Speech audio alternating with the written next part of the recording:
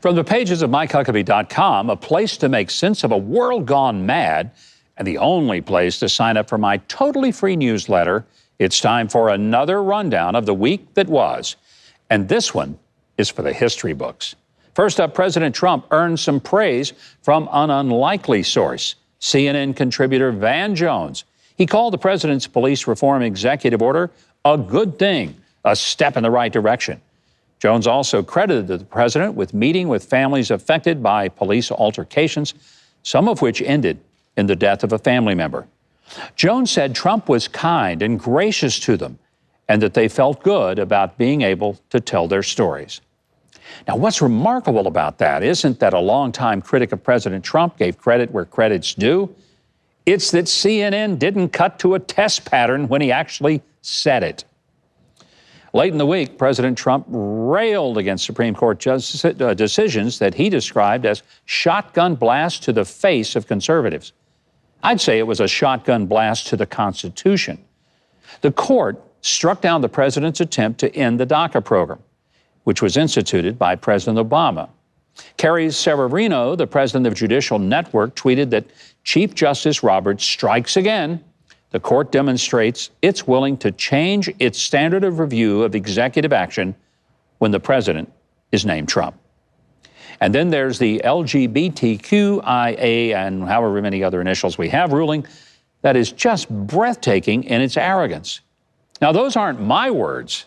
Those are the words of Justice Samuel Alito responding to the majority's decision to shoehorn sexual orientation and gender into the 1964 Civil Rights Act. Briefs filed by a wide range of religious groups, Christian, Jewish, and Muslim, express deep concern about what the ruling means for religious liberty. More conflict is likely to come after this ruling. Conflict, just what we don't need in the age of coronavirus, cancel culture, looting, lawlessness, and more mayhem than an Allstate commercial.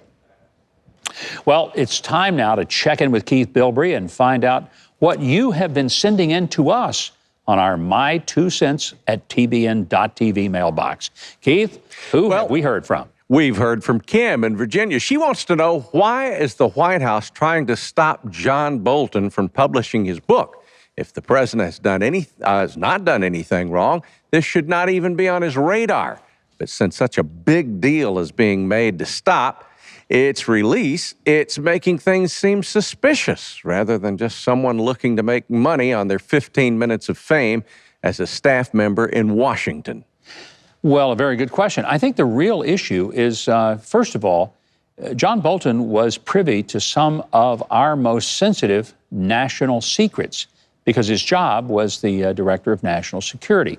In that role, he was in the room, not just with President Trump, but with the CIA director, with our highest level of intelligence officials, and he signed a non-disclosure agreement when he went to work at the White House that he would not leak classified information, which, by the way, is law in addition to what he signed. So that the fact that when Congress wanted him to come testify and to testify under oath, he said he wouldn't do that because he wouldn't reveal those secrets. What we now know is it wasn't that he didn't want to reveal the secrets. He didn't want to preempt the marketability of his book. So rather than go to Congress and say that he had a problem with what the president did and to do it under oath, in some cases perhaps behind closed doors to protect national security, he wrote a big 700-page book and did everything he could to undermine the president and national security. That's the problem, and it is a real problem. Let me just throw this in. If you're working for somebody, in this case, John Bolton working with the president, and you really think he's doing all these things, then why didn't he have the integrity to resign in the midst of it rather than wait until he got fired and then suddenly remember that there were things he didn't agree with? That's what I think is most offensive. Okay, Keith, who's next? Well, Robert in Seattle, Washington writes, Dear Governor Huckabee, yes, my wife and I live here up in La La Land and are fans of yours. Please keep being a source of common sense. I've written our local government to see if we can declare ourselves autonomous and occupied so we can stop paying taxes. So far, no reply. I doubt you're going to get one, but what a great perspective. And I truly feel for you living in a land where the mayor and the governor both think that it is perfectly okay for anarchists to take over a pretty decent section of Seattle, Washington, and declare that it is autonomous, that they don't have to live by the rules, that it's no longer part of the United States. Here's what I'd do if I were the governor of that state. I'm glad I'm not, but if I were, I'd say, okay, you want to be autonomous? Here's how this works. We're cutting off electricity, gas, water, sewer, and we're going to jam the phone lines. If you want any of those things, you've got to produce it yourself. After all, you're autonomous. You want food? Grow it. We're not letting it in unless we put a tariff on it coming in, and nothing's coming out. And by the way, we will escort people out of that area who don't want to be citizens of CHOP. Bring your passport with you, bring your ID, and then you can come to the United States and live. The rest of you that want to be a part of CHOP, well, good luck getting into the U.S. again. Let's see how that works out for you. In the meantime, for those of you in Seattle, God bless you. I hope you can hang in there. Keith, who else we hear from? Well, David, in California, like you, Governor, I want to see positive police reform to provide greater protection and trust to citizens. This would be a worthy result from the death of George Floyd by a rogue policeman. But I'm seeing videos of people attacking police, dragging them by their hair and wounding them. And then others are calling for police defunding. How can we actually promote change if there's a desire to attack and destroy law enforcement? Well, we're not going to have the change we want. We may get change that some people desire, but it'll be like that old saying, you got what you wanted, but you're not going to want what you got.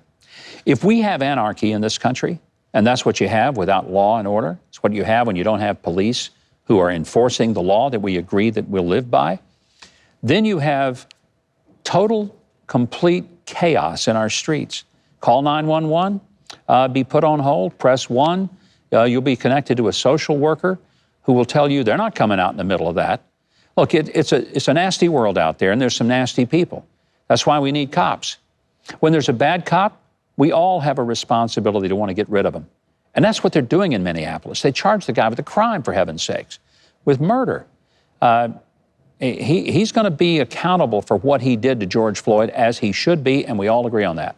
But to go out and attack cops indiscriminately is crazy. When you attack a cop, you're attacking yourself.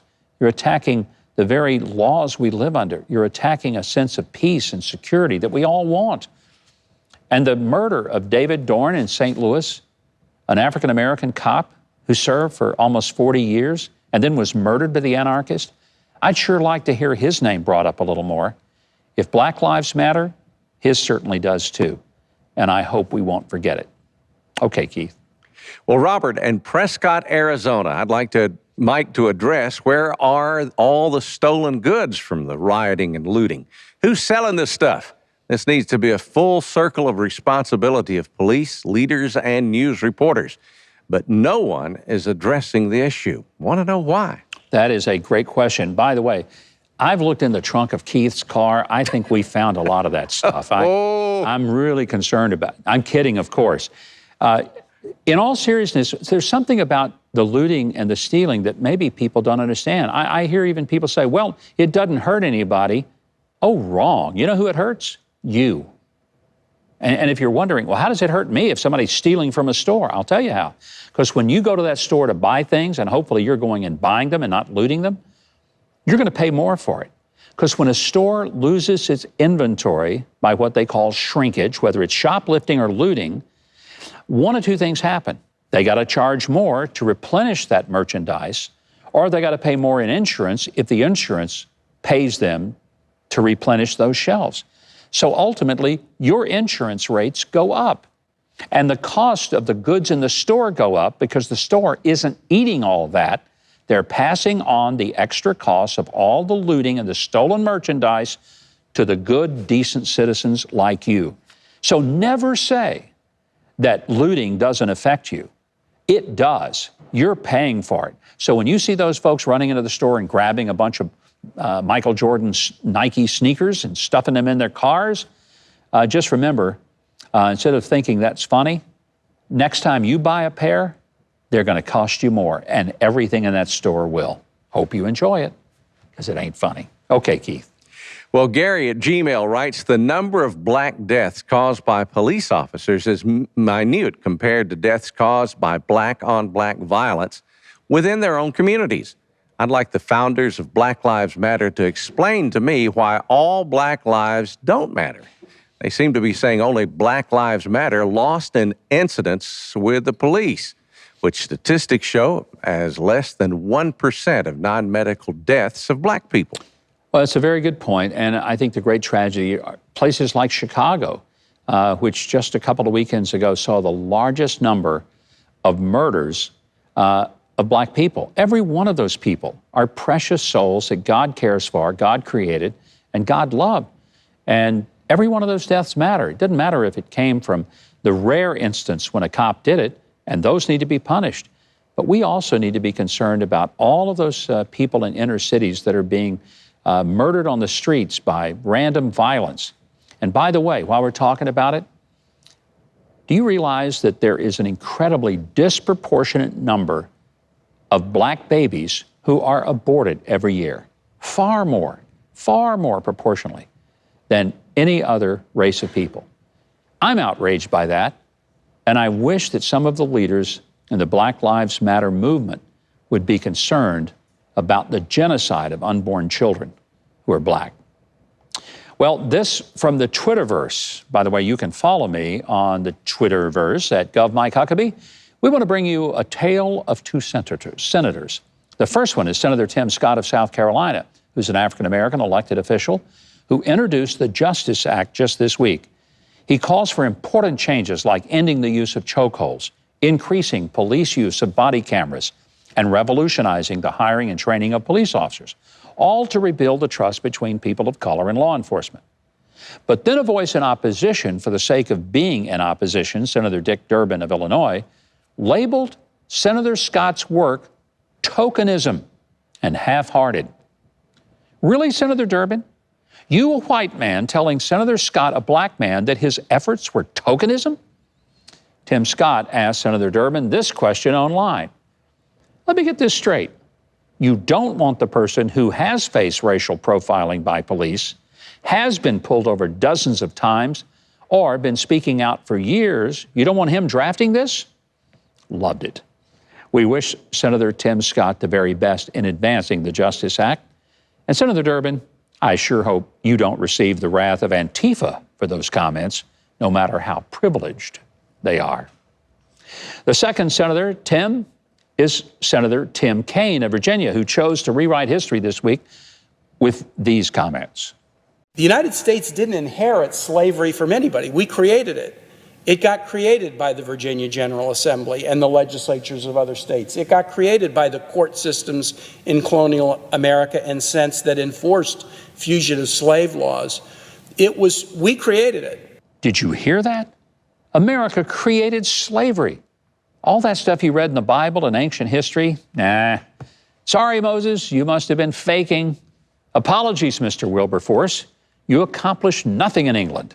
Senator Kaine knows a good narrative when he can sneak one by, but he's been caught on videotape.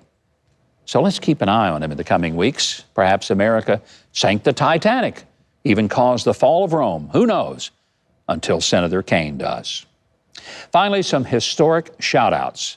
A shout-out to Hattie McDaniel, the first Black Academy Award winner, taking home an Oscar for her work in the movie Gone with the Wind, which, by the way, has been temporarily unavailable online until there's some historical explanatory addition placed on it.